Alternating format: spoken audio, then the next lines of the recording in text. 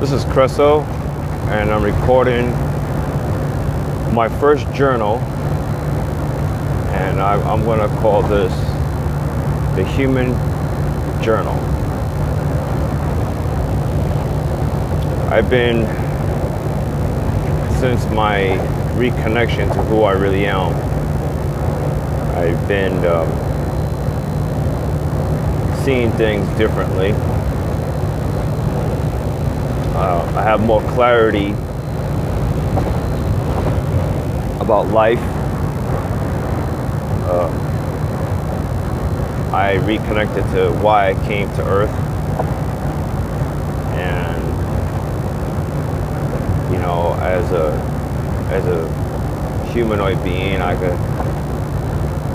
label myself as a multi-dimensional being and or a light being, but dimension I observed, I don't recall a name of my race, but maybe that's something that's in me that I have to basically unlock information more about me. But I've gained a lot more clarity than ever before in my time on Earth.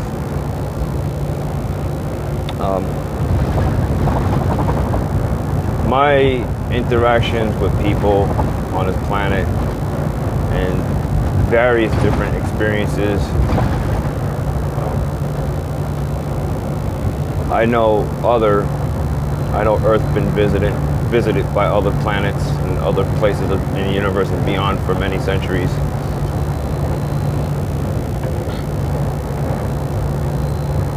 And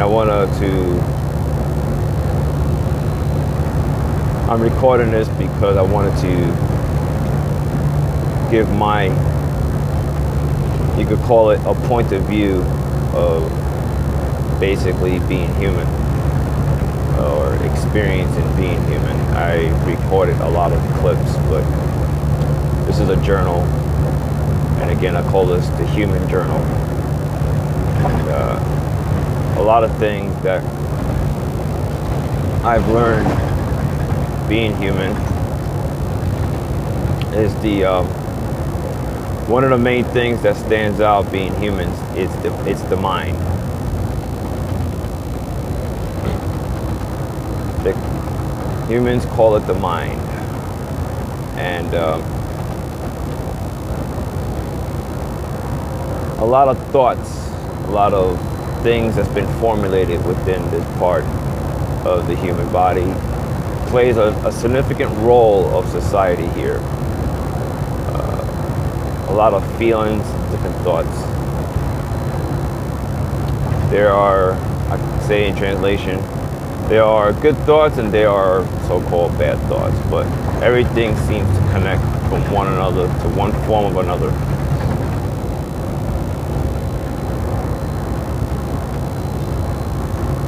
I realized that, and when I reconnected to who I am, I know that humanity is going through a transition, because humanity is a collective of other humanoid beings and other beings from different parts of the universe and beyond.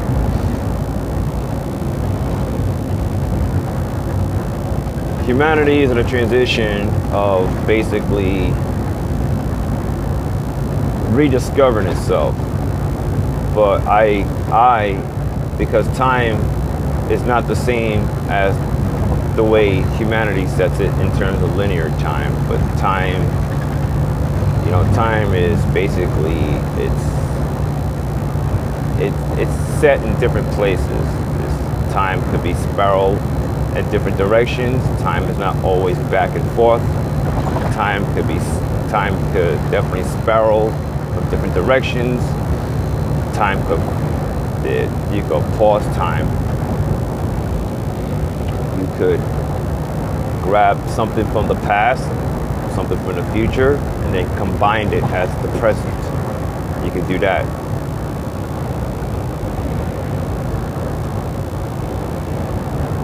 I realized that in humanity, they set it with the basically linear, the past, and then you got the present, and then you got the future.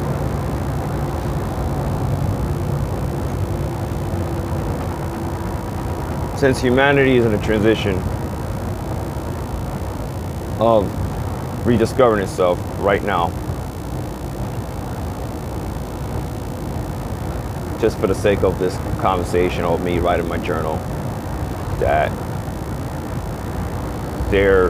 humanity is going through a transition. I do say that, and I speak in spirit, that humanity evolved, because I say things ahead of time, because I don't really follow so much of time the way linear time now. Being that I have clarity about life and I rediscover who I am, I do not have to go by what's going on or the past. I could just speak. I could basically fast forward time and just speak in spirit, saying that what I envision right now.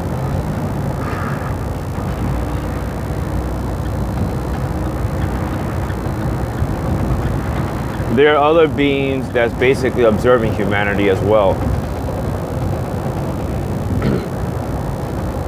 I'm recording this, and I'm gonna use words as translation. What I and other beings from other parts of consciousness, and that's what humanity described as the source of all things, consciousness. So I will use these words. There are other beings that's basically observing humanity for a very long time. Yes, a lot of things that are true, that the other being wants to see the progress, how humanity is doing. Humanity holds a very important key into a lot of things within consciousness. No, humanity is not something that's below or above. It's just humanity is just one of the most important puzzles about life. Other beings are watching and observing. You could call it, it's like an event. It's an event. You're seeing something that's progressing. You can see something that's growing. You can see something that's already grown and where it's at now. For those beings that basically don't observe linear time, it's like an exciting event. Humanity contains a lot of information, and it's through the DNA. That's something that I basically reconnected, or I basically put together about why the human DNA seems to be a good percentage, a high, very, very high percentage seem to be, a lot of people call it foreign or alien. And something clicked within me, because I also have information within me as well, that humanity is mixed up with a lot of different humanoid species.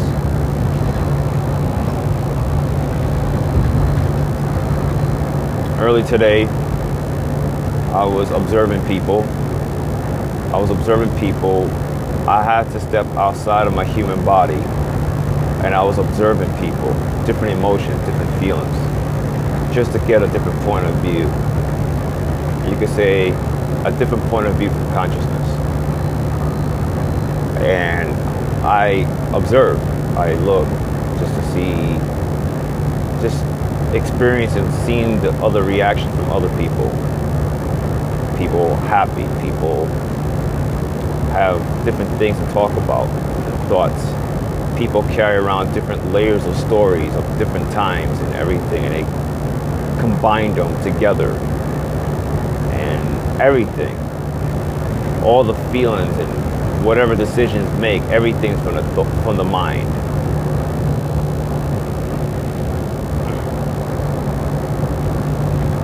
I've seen people with different face expressions. I realized that the different face expressions represent emotions, but different thoughts formulated in the mind that suggest other things. People's faces change from sadness to happiness. Suddenly feel sad, because the human mind is constantly formulating thoughts more thoughts on top of more thoughts. I've seen the human mind seems to be a complex mechanism, but it can be changed. It could be shaped into something different. Each person has a process to go through. You know, some people decide to basically understand more to life than what's being presented within their own mind or their fear suggested.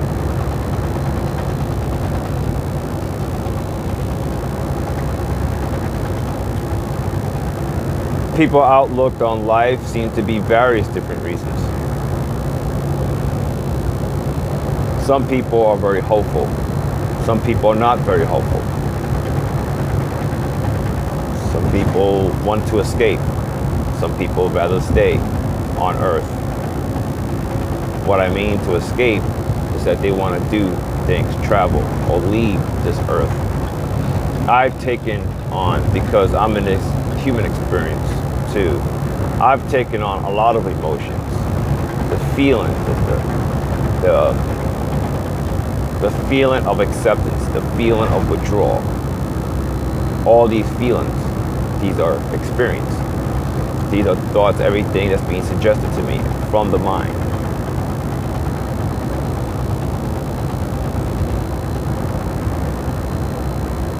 I have my own thoughts that whatever I share to people about me, about who am I, thoughts are being presented to me that people are not going to believe me.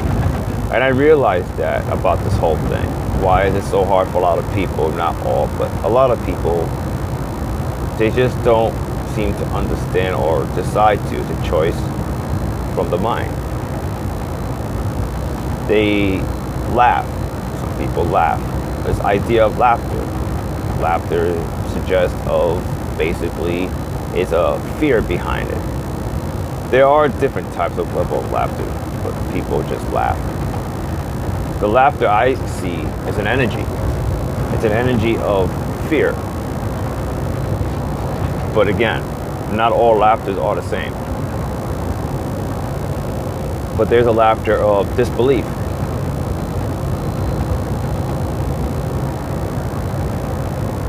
I observe that why is that I question to myself, but I do have the answer. That why a lot of people are not easily welcoming other beings, other parts of consciousness. Why is that? Why is that a lot of people hide behind an idea? I see this very carefully within humanity. Humanity creates it's a community or an entity called government. They create that. To create that, it's what's behind the idea is other people, and other people basically they suggest certain things or what information is being shared. But then I realized that a lot of people don't really have to listen to government. This information, whatever they need to have access or whatever they prefer to have access, let's say, it's there. There's a lot of people are in conflict. There's people are a mixture of conflicts of what direction to go. Some people know exactly where to go. Some people are not sure. There seems to be a block among people. This is what I observed on Earth before I came. There is a block, but I've seen past all these things, and I've seen humanity evolve into a different type of race. They're not really called humans anymore, but they evolve. All the information is contained within them. It just opens up all possibilities. I taken on a lot of emotions, these feelings that I have that seem to put a block on me, all because of experience sake. And I remind myself who I am, and that none of these ideas has any power over me, any fear. I pinpoint a lot of things to people on the internet about government and other things that people seem to put a block upon themselves. And I suggest to everybody that you don't have to live or feel left out or feel like you have to fight for something, but everything in life, everything is given to you. Everything. You do not have to do something that's outside of you, or something that's seemed the word crazy. You don't have to do that. Everything is given to you. It's right in front of you. It's within you. I am writing my book.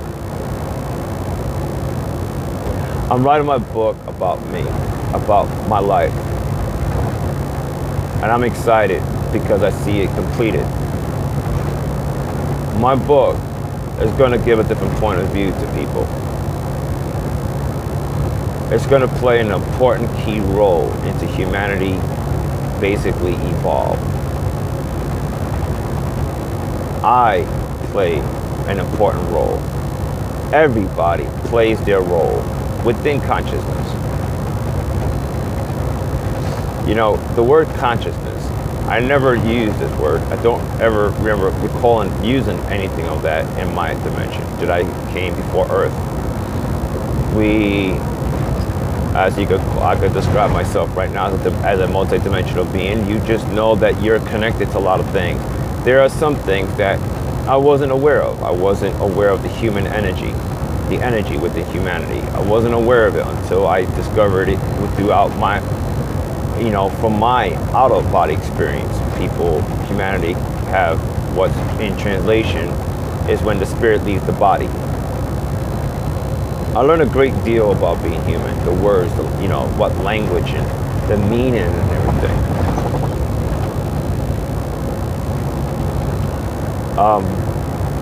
Obviously, a lot of things in my book is going to be translated into English language and the definitions of how things are being used. But, when I had my out-of-body experience from the dimension I was observing, I picked up, I was one of, not the only one, but I was one of the other multidimensional beings, one of them, to pick up an energy. An energy that was unfamiliar to me. I grew interest. I had an interest towards humanity. And I decided that I wanted to be in this human body. I wanted to have these feelings. Even though the feelings that I do have that comes up, which is anger and sadness, a lot of times these feelings I don't like. But that's just part of the experience.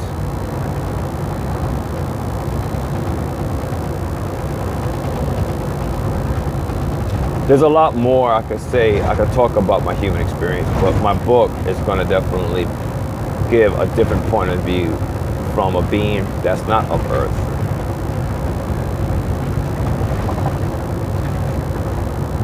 The human body is an experience. It's like a room.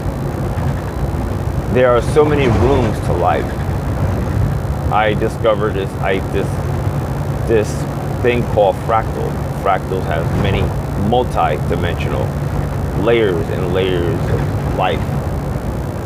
Layers and layers of life. So being human is just a room within a fractal. And I just basically learn a lot how it is to feel certain feelings, certain emotions, sadness and anger and all the stuff.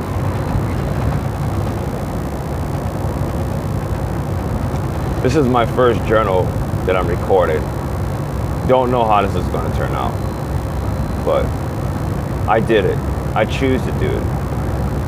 And,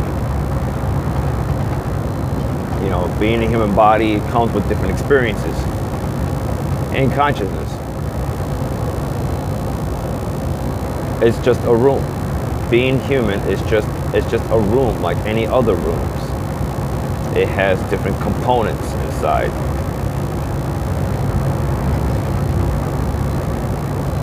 But a lot of beings are observing humanity to see the progress, to see how humanity is doing. I realize that a lot of people, not all, but a lot of people are in conflict with each other in terms of going to war. One of the major things I see about what creates blocks, division within people is competition. Some form or another, competition seems to be a barrier. It plays a barrier within people. I've learned that the reason why people feel like they need to compete is to fulfill something, to fulfill that saying or a feeling to say, I'm the best, I am number one, I am the top. When I reconnected to who I am, what life really is, you see, before that, I liked this idea of competition in a sense. I decided to hold on to this pride, this feeling. That I say that I boast that I'm very competitive.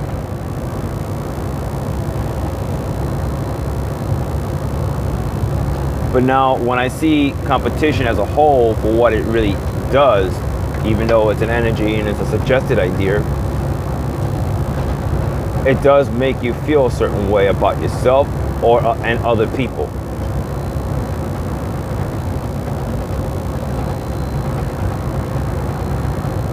I will do my best to, when I write my book, I will give examples how other beings interacted with each other without competition, without having fear.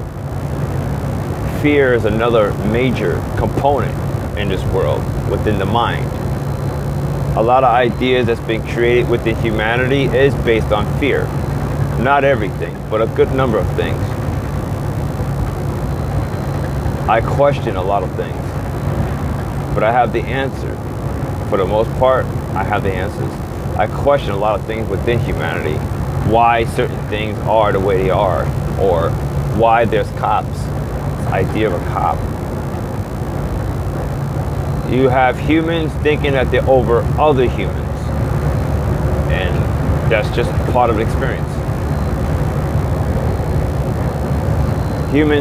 Some humans think that they're over on somebody because of a particular function they do. This is all part of the transition that humanity is finding itself.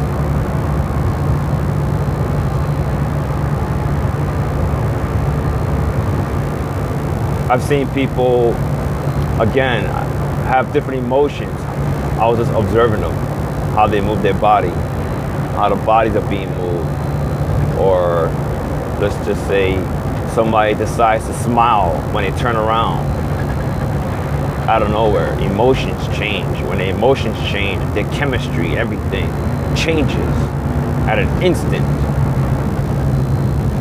I realized that once humanity decides to take control of their mind completely, their will, and I do envision this, that they are able to do things far beyond they could ever imagine. Humanity is able to do things to break the laws of physics without any device.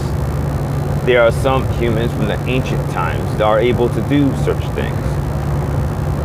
There is a gap between certain eras within humanity. But this is when as an example, this is with me that I will do my best to illustrate a story, writing a book to express what humanity is to everybody. Even though I said earlier in this journal that humanity is in a process of finding itself.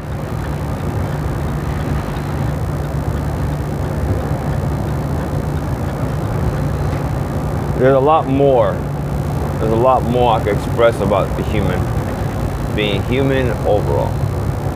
I will come back with my next journal. Thank you.